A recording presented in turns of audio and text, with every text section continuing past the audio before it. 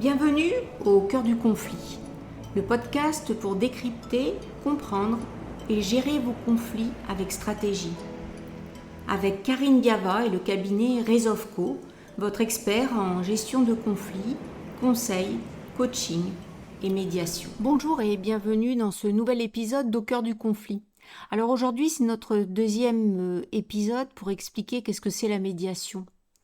Donc, si vous êtes en conflit ou si le sujet vous intéresse, écoutez jusqu'au bout, vous y trouverez des clés essentielles. C'est parti. Alors maintenant, je vais vous parler d'une chose finalement cruciale, dont on entend beaucoup parler en ce moment. Un épisode entier de podcast y sera consacré. Mais c'est médiation et procès.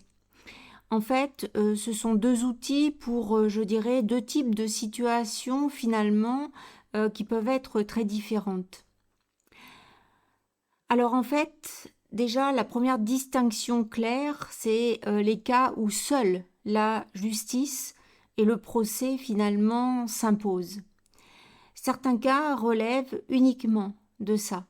La médiation ne s'applique pas. C'est les crimes et délits graves. Quelqu'un vous vole votre voiture en vous menaçant avec une arme, quelqu'un vous agresse gravement, quelqu'un vous harcèle sexuellement de façon systématique. Ce n'est pas une question de relation, c'est une question de sécurité.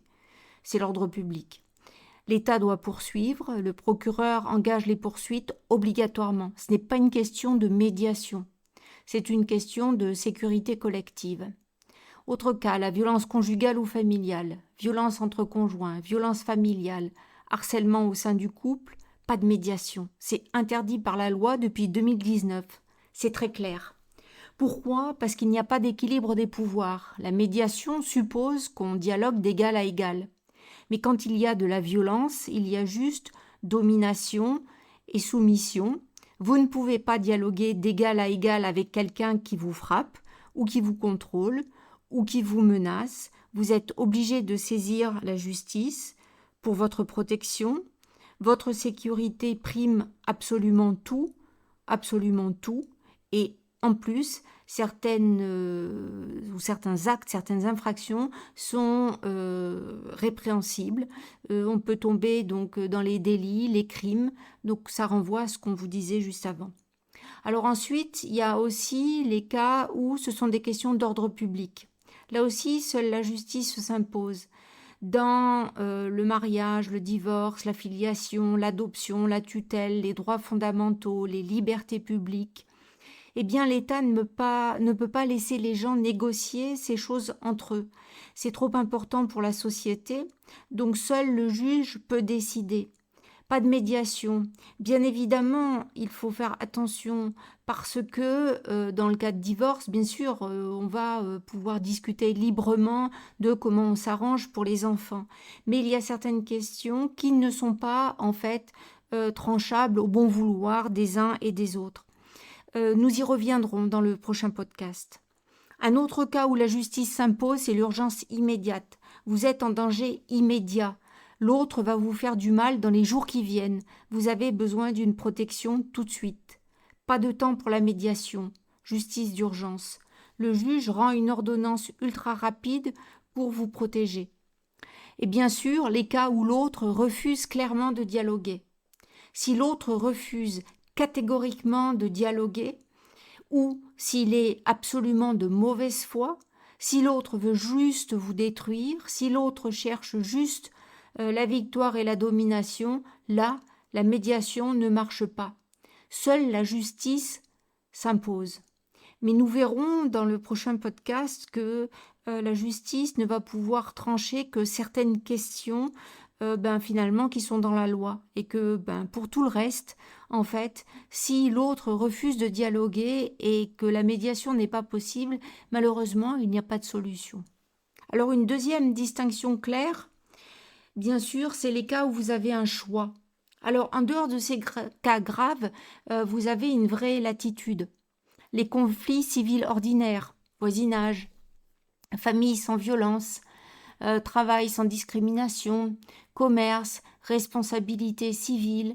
En fait, tout ce qui n'est pas en fait d'ordre public et tout ce qui ne tombe pas dans les cas graves que j'ai mentionnés précédemment, eh bien vous pouvez choisir entre médiation et justice. Et là, en fait, c'est intéressant parce que les deux ne sont pas équivalents. Encore une fois, quand j'entends justice, je veux dire procès, hein, puisque la justice, bien sûr, c'est mettre en fait une solution ou trouver des solutions aux différends. Donc, la médiation, finalement, c'est un mode de justice. Hein, mais en fait, c'est surtout médiation et procès qu'on peut opposer. Alors la médiation, elle fonctionne surtout en fait quand vous allez avoir et garder une relation. Alors en voisinage, par exemple, vous allez rester voisins, peut-être des années encore, vous allez vous croiser tous les jours. En famille, ben c'est votre mère, c'est votre frère, c'est votre cousin. Et quoi que vous fassiez, en fait, il y a le lien. Il y a les histoires de coparentage. Bah, vous avez des enfants ensemble et vous devez continuer à être parents et à exercer cette fonction parentale finalement parallèlement. Pour les histoires par exemple de commerce, eh bien finalement vous avez une bonne relation, en fait, ou vous aviez une bonne relation et bah, peut-être que vous allez devoir continuer à travailler ensemble.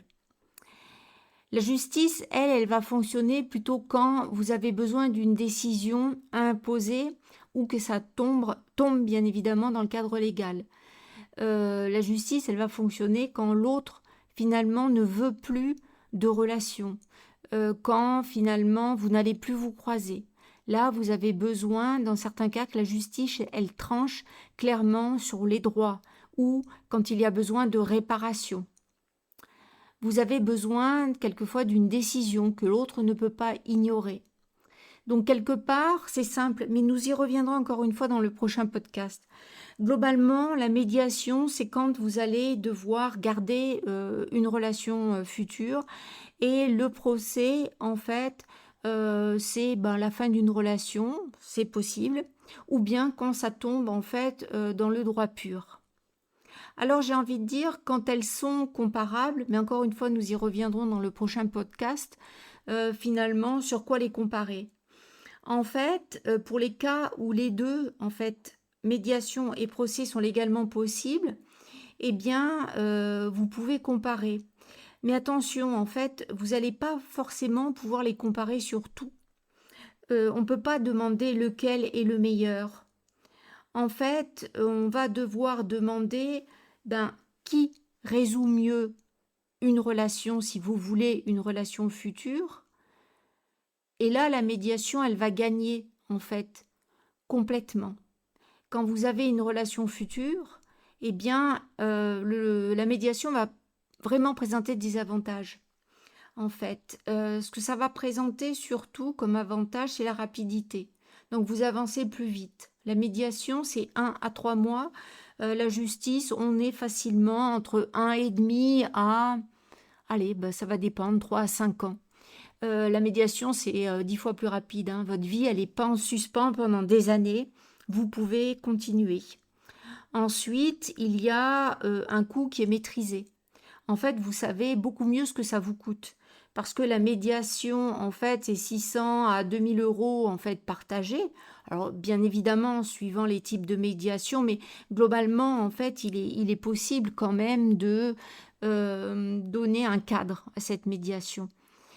Par contre, en justice, eh bien, là, c'est entre 5 000 à 15 000 euros par personne. Les frais de justice, en fait, ou les frais de procès sont très importants. En médiation, vous pouvez plus ou moins savoir à l'avance. En justice, c'est impossible. Ça traîne, en fait, et ça coûte de plus en plus. Il y a des renvois et toujours, ça va coûter de plus en plus cher. Ensuite, par rapport à la médiation, confidentialité totale, c'est secret. En médiation, tout est secret. Personne ne le saura jamais. En justice, c'est public. Votre conflit, en fait, il va devenir consultable. Il est toujours accessible par qui le souhaiterait vraiment. Après, en médiation, les relations sont préservées. Vous pouvez continuer.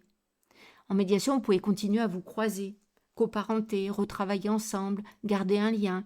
Car en fait, dans votre conflit, vous avez pris chacun vos responsabilités en acceptant de discuter avec l'autre. En justice, en fait, eh bien, il y a un gagnant et un perdant. Quelque part, bien souvent, il y en a un qui a le choix et l'autre, en fait, il ne voulait pas aller en justice. Donc, dans tous les cas, la relation, elle est détruite. Vous ne pouvez plus vous croiser naturellement. La justice, en fait, lors du procès, c'est quelque chose vraiment d'éprouvant. C'est très difficile émotionnellement. Alors après, par rapport à la médiation, c'est des solutions sur mesure. Vous inventez ensemble. Vous allez trouver des solutions créatives, adaptées à votre vie. Lors d'un procès, la loi s'applique. C'est standardisé, imposé. En médiation, vous gardez le contrôle, vous décidez. C'est votre accord. Vous décidez. Il y a toujours une possibilité d'arrêter à tout moment. Si ça ne vous plaît pas, vous ne signez pas. Vous avez toujours la possibilité d'aller après au procès. Eh bien, si vous êtes parti au procès, eh bien le juge va décider, vous subissez, vous êtes passif. Ensuite, l'accord tient vraiment. Alors pourquoi l'accord tient vraiment en médiation? C'est parce que les gens le respectent, en fait. 85 à 90% des accords sont respectés spontanément, parce que c'est votre accord. En fait, les deux parties, vous y avez participé. En justice, en fait, ok, il y a la procédure d'appel, mais ça traîne, en fait. C'est jamais fini. Et bien souvent, c'est très difficile d'arriver à faire exécuter, en fait, une décision de justice. Ça peut prendre des années. C'est pas parce que le juge, en fait, il a tranché. Donc déjà, il faut attendre des années avant que le juge ait eu la possibilité de trancher. Mais après, il y a encore la difficulté de faire exécuter le jugement. Et on sait trop les difficultés qu'il peut y avoir à faire appliquer un jugement. Et bien sûr, en médiation, il y a moins de stress. En fait, votre santé, elle s'améliore. Souvent, vous avez l'impression, en fait, que la médiation, finalement, c'est se retrouver en face de l'autre et que ça va être particulièrement compliqué, alors que un procès, ça serait plus facile parce que derrière, il y a un juge. Eh bien, en fait, vous vous rendrez compte que c'est pas pareil du tout, c'est pas du tout le cas. En fait, parce que en médiation, eh bien, ok, il y a des moments difficiles, mais vous allez vous rendre compte que vous arrivez à obtenir un apaisement. Alors qu'en justice, en fait, au procès, c'est des années d'angoisse, c'est des nuits sans sommeil, des vies en suspens, et vous restez de toute manière bloqué face à l'autre. Alors, sachez aussi que même après la justice, la médiation, elle peut intervenir. Alors oui, c'est une chose importante. Même si vous avez déjà un jugement, la médiation, elle peut intervenir après, ou bien la médiation, elle peut intervenir aussi sur d'autres choses. Alors, supposons que vous ayez un jugement. Vous avez gagné, vous avez perdu, ça n'a pas d'importance. Maintenant, il faut exécuter ce jugement, mais c'est compliqué. L'autre ne coopère pas. La relation est devenue très toxique. Ou vous voulez faire appel, mais ça va coûter cher et traîner longtemps. Alors, la médiation peut intervenir après le procès. Alors, pour solutionner précisément quoi? Eh bien, comment exécuter concrètement le jugement si ça pose des problèmes pratiques? Par exemple, le jugement dit que l'autre doit payer en 10 fois, mais chaque paiement crée des tensions. Eh bien, peut-on trouver un arrangement, paiement unique plus tard ou différent, qui respecte le jugement mais fonctionne mieux? On peut solutionner comment continuer à vivre ensemble malgré la décision du juge. Vous avez un jugement, mais vous devez en fait exercer votre fonction parentale pour vos enfants. Comment faire en sorte que ce jugement n'empoisonne pas ce coparentage? Par exemple, comment éviter l'appel par un arrangement qui satisfait les deux côtés après la décision? Ok, vous avez perdu, vous voulez faire appel, mais ça va traîner 2 ou 3 ans de plus et ça va coûter cher.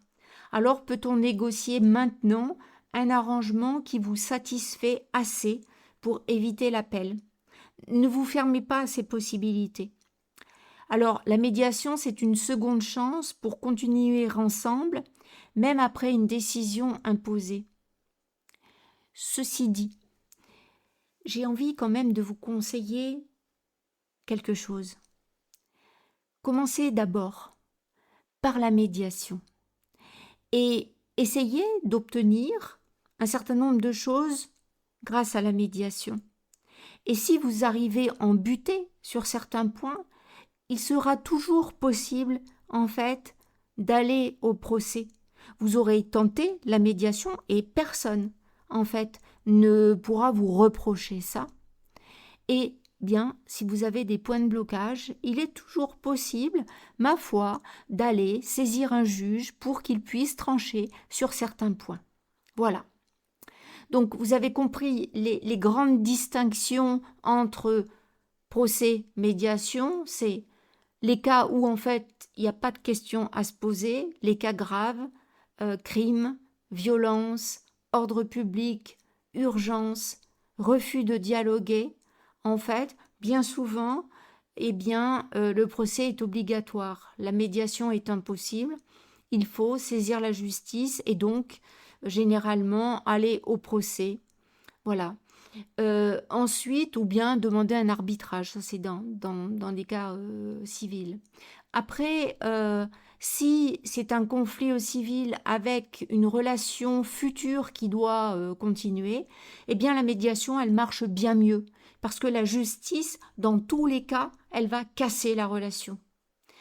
Mais sachez en fait qu'il est possible de commencer par une médiation et, sur certains points de blocage, aller ensuite en justice.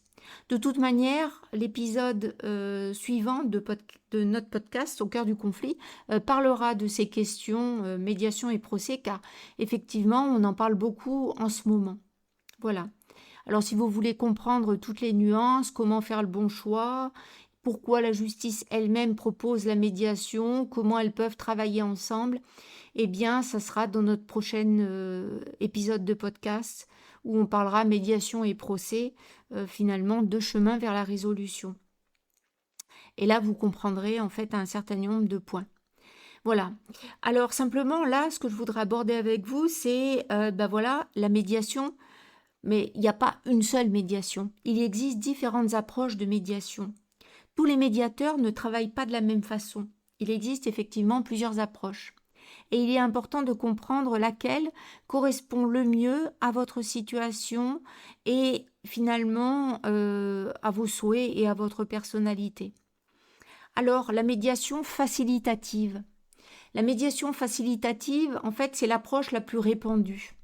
En fait, c'est cette médiation facilitative, généralement, dont on parle, en fait, en justice à l'amiable. Voilà, c'est en fait, pour l'instant, en France, la médiation facilitative, c'est l'approche la plus répandue. Le médiateur facilite le dialogue. Il va poser des questions, reformuler, clarifier, vous aider à identifier vos vrais besoins et à chercher des solutions ensemble. Il ne donne jamais son avis qui a tort ou a raison. Le médiateur est toujours neutre, impartial.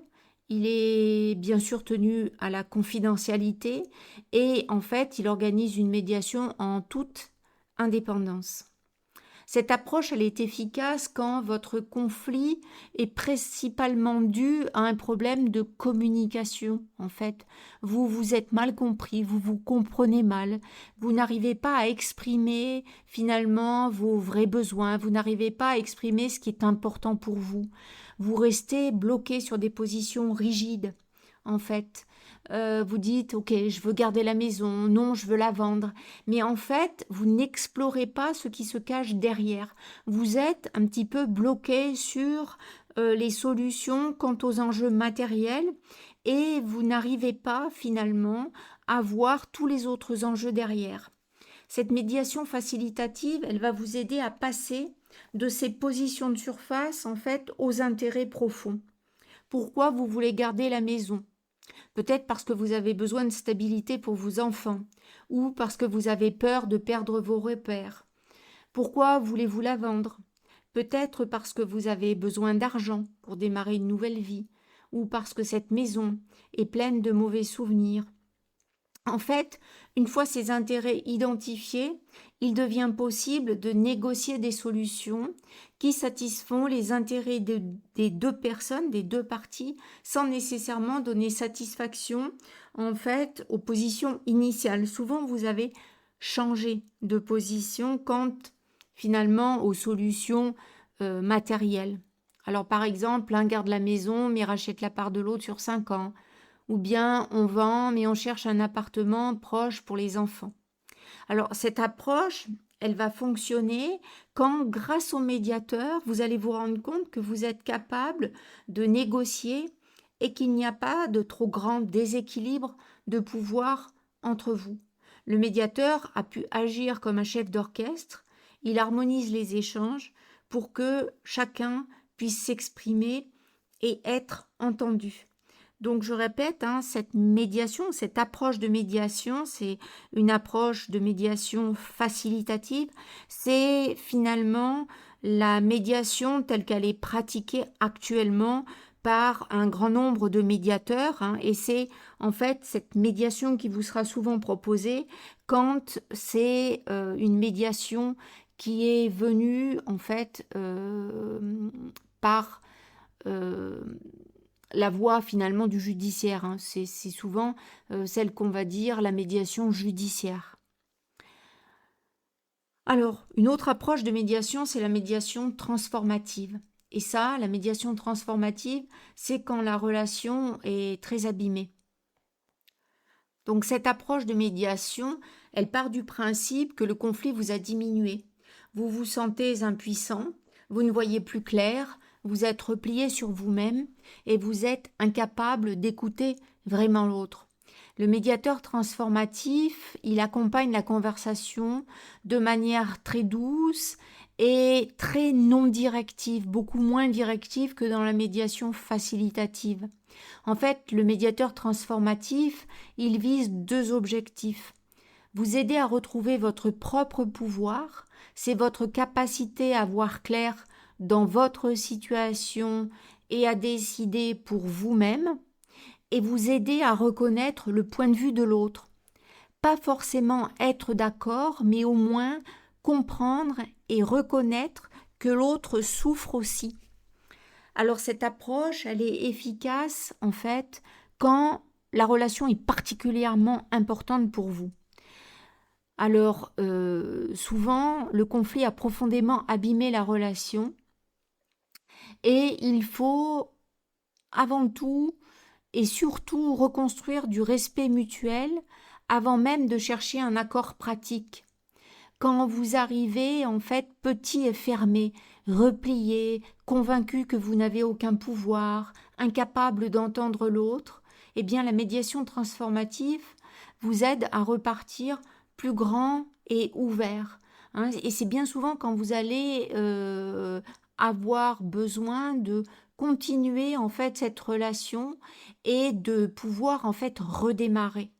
Voilà. Ou bien quand vous êtes très impacté psychologiquement, eh bien cette médiation transformative, elle va vraiment vous permettre de retrouver des ressources en vous. Ce que ne permet pas forcément la médiation facilitative. Alors souvent, vous verrez que en transformatif, quand cette transformation de la qualité de l'interaction a lieu, les accords pratiques émergent naturellement.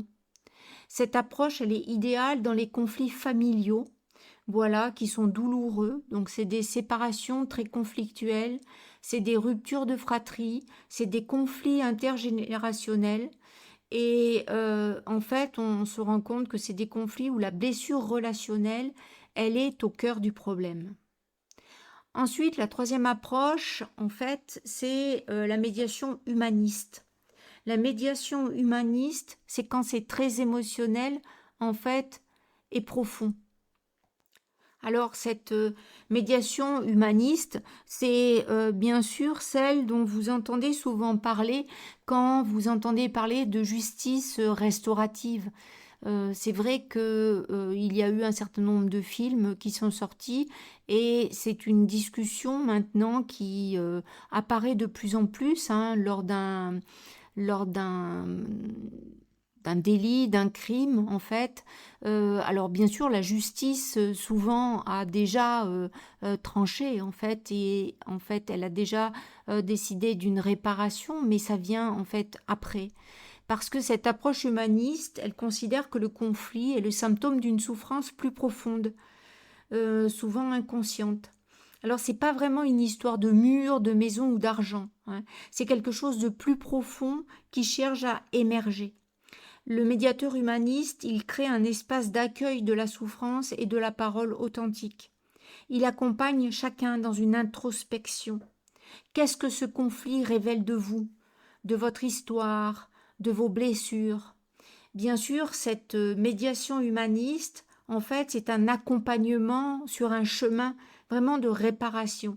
Cette approche, elle est efficace quand le conflit il est porteur d'une charge émotionnelle très forte, quand il y a des traumatismes, des secrets de famille, des non-dits, quand vous sentez que ce n'est pas que une histoire de, mais que quelque chose de plus profond est en jeu. Voyez, alors là, c'est peut-être un drôle d'exemple, mais voyez, vous pourriez être sur un conflit finalement qui sera un conflit plutôt matériel, mais vous vous rendez compte en creusant que en réalité, c'est la manifestation d'une culpabilité liée à l'abandon, par exemple, pour certaines racines familiales. C'est une peur de trahir la mémoire des parents. Donc, en fait, une fois la souffrance exprimée et accueillie, la personne, elle peut se libérer de l'emprise du conflit. Donc, c'est souvent dans des conflits qui sont complexes. Et cette approche, elle va être idéale dans des conflits successoraux qui sont très chargés émotionnellement parlant. C'est des conflits successoraux souvent avec de gros enjeux. Ça peut être des conflits familiaux avec des loyautés qui sont blessées en fait, ou quand vous cherchez à comprendre ce qu'un conflit vous enseigne sur vous-même. Donc c'est bien souvent quand vous vous trouvez énormément impacté par un conflit, finalement, une approche humaniste peut vous permettre de débloquer en fait ce blocage émotionnel dans lequel vous êtes. Alors, on va dire c'est presque une démarche thérapeutique. C'est pas une thérapie, mais en fait, elle va quand même profondément dans la réparation. Alors ensuite, une autre approche dont j'ai envie de vous parler, c'est une approche qu'on va dire enrichie. Alors, l'approche qui est enrichie, c'est quand il y a un déséquilibre entre vous. Alors, il y a quelques médiateurs qui ont travaillé en fait sur cette approche. C'est une approche que nous développons chez Rezovco. Alors, qu'est-ce que c'est cette médiation enrichie? Eh bien, c'est qu'on va passer beaucoup plus de temps en entretien individuel pour préparer chacun en profondeur avant de vous réunir. Donc, en fait, on est dans le cadre souvent d'une médiation où il y a beaucoup d'enjeux, mais où finalement il est très important de passer du temps en entretien individuel. Bien souvent, vous le verrez, dans les médiations conventionnelles ou dans les médiations judiciaires, le temps imparti, en fait, et le nombre d'entretiens individuels, eh bien finalement, c'est relativement cadré. C'est un entretien individuel avec chaque partie, puis une ou deux réunions plénières. Voilà, mais en fait, les réunions individuelles, on ne peut pas les développer en fait de façon importante. Dans une médiation enrichie, ce qui se passe, c'est qu'on se rend compte que si on passe beaucoup de temps en entretien individuel, eh bien c'est un temps vraiment qui est gagné car ensuite, dans les plénières, en fait, il est vraiment possible d'aboutir rapidement à des solutions parce que justement, on a beaucoup travaillé en entretien individuel à la préparation de ces réunions plénières.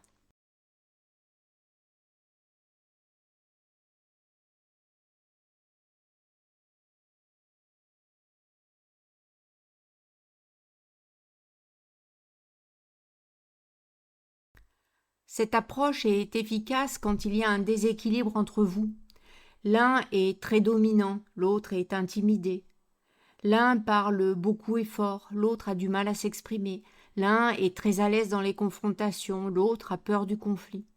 Dans une médiation classique, donc souvent facilitative, ce déséquilibre risque de se reproduire en séance collective. La personne dominante, en fait, va avoir tendance à avoir plus la parole. La personne vulnérable va se taire ou acquiescer par peur. Résultat, un accord inéquitable. Alors, le médiateur, en fait, essaye toujours de corriger les éventuels déséquilibres, mais disons que quelquefois, suivant comment les personnes réagissent, il n'est pas possible de le faire. Alors la médiation enrichie, justement, elle va remédier à cela, puisque avec la personne, allez, que l'on va dire plus vulnérable, le médiateur travaille individuellement, plus sur la confiance en soi, sur l'identification de ses vrais besoins, la préparation de ce qu'elle veut dire, en fait, et comment elle veut le dire, la gestion de la peur.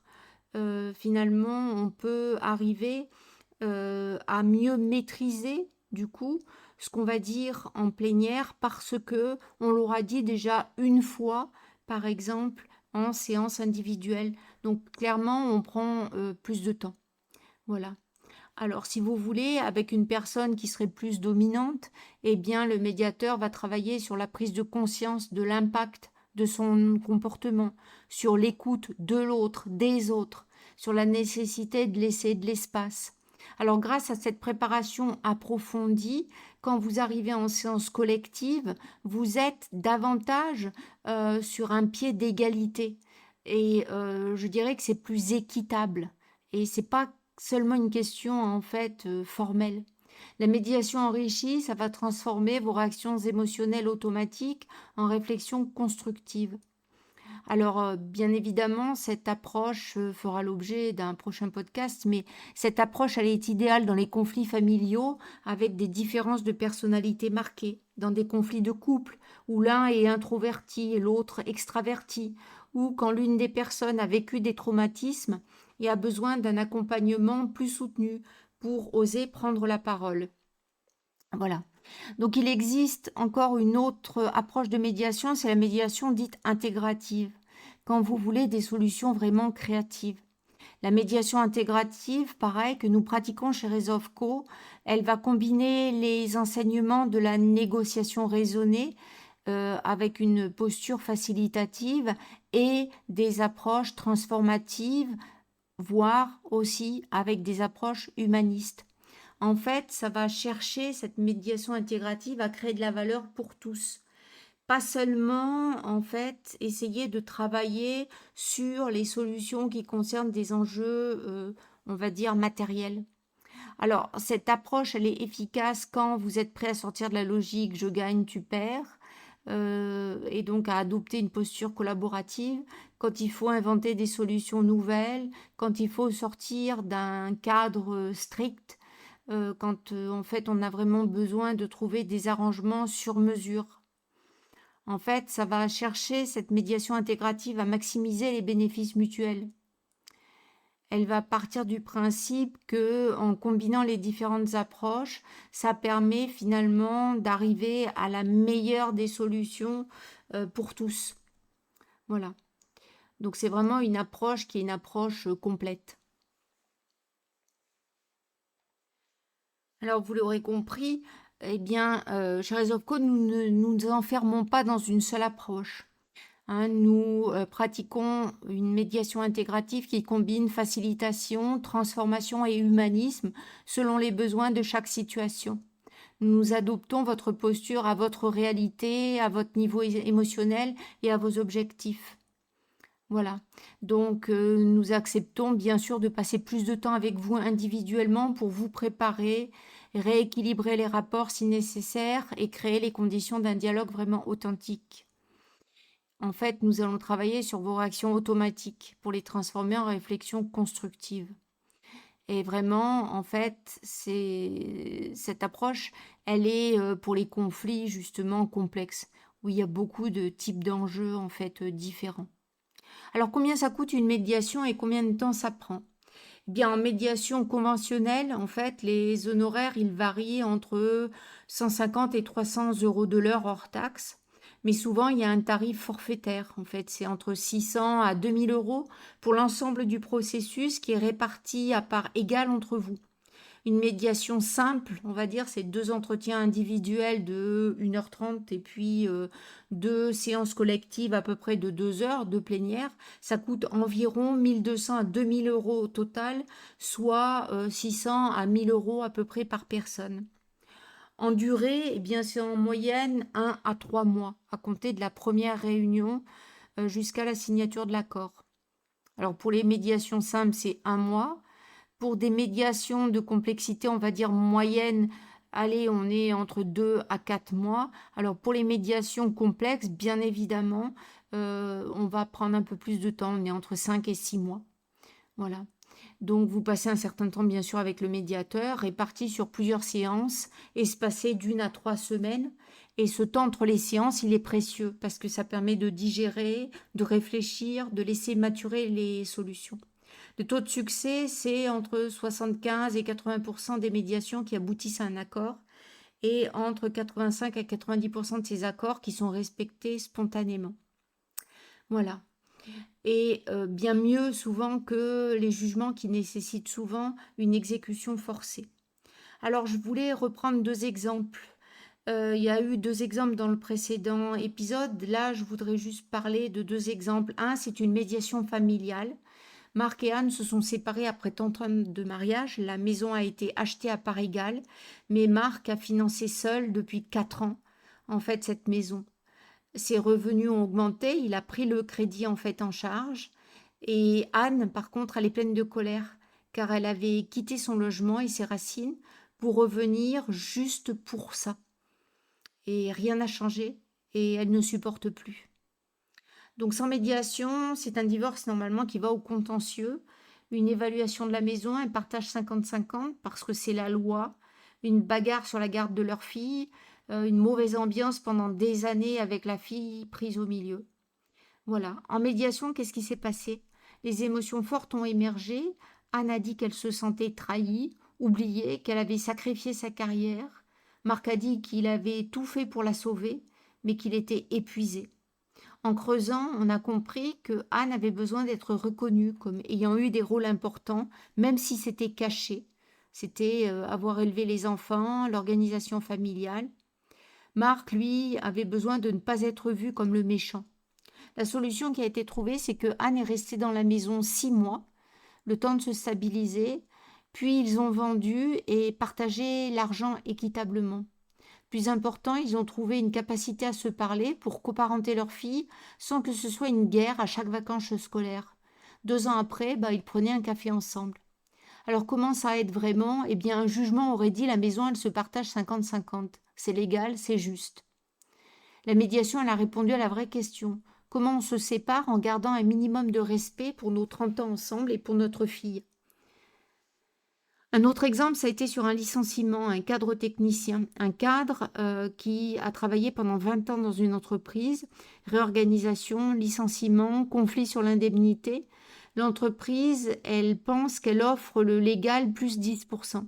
Le cadre, lui, il a trouvé ça offensant pour 20 ans. Sans médiation, eh bien, ça aurait été le prud'homme, combat. L'un aurait gagné, l'autre aurait perdu. Et le cadre chercherait ailleurs et la relation serait détruite. Avec la médiation, on a demandé au cadre « Qui êtes-vous vraiment? Qu'est-ce que vous avez comme talent ?» Et il a répondu « Je suis technicien, je sais fabriquer des pièces détachées, notamment celles que l'entreprise utilise. » En brainstorming, ce qui est venu, c'est que, ma foi, si tu créais ta propre entreprise de fabrication de pièces détachées et que tu les vendais, en fait, à l'entreprise. Et si l'entreprise, elle pouvait aider le technicien à s'installer. Et c'est exactement ça qui s'est produit. Le cadre a créé son entreprise. L'ancienne entreprise est devenue son premier client. Elle l'a aidé à démarrer. Le cadre a retrouvé un travail, une identité d'entrepreneur, une indépendance. L'entreprise a eu un fournisseur fiable et du coup, en fait, tout le monde avait à y gagner. Donc, comment ça a aidé vraiment? Eh bien, un jugement aurait forcé l'entreprise à payer une indemnité légale, point. Le cadre aurait perdu 20 ans de sa vie dans une bataille judiciaire. La médiation, elle a inventé quelque chose de nouveau. Une solution, le licenciement, est devenu un redémarrage. Voilà.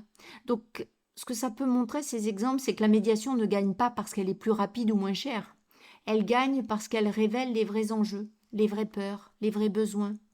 Et une fois qu'ils sont révélés, des solutions qu'on n'aurait jamais imaginées émergent naturellement. Les solutions qui font gagner tout le monde, pas juste l'un ou l'autre. Alors qu'est-ce qu'il faut retenir ? La médiation, ce n'est pas une solution miracle, mais c'est une voie puissante et humaine pour transformer les conflits en opportunités de dialogue et de reconstruction.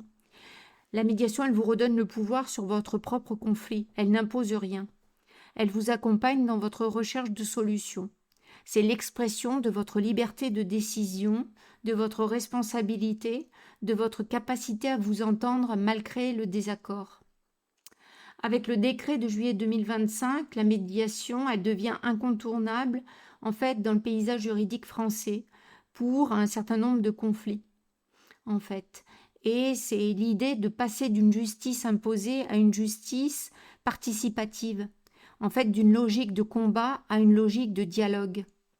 Vous savez maintenant qu'il existe différentes approches, facilitatives quand c'est surtout un problème de communication, transformative quand la relation est très abîmée, humaniste quand c'est très émotionnel et profond, enrichie quand il y a un déséquilibre et intégrative en fait quand vous voulez travailler sur plein d'enjeux différents.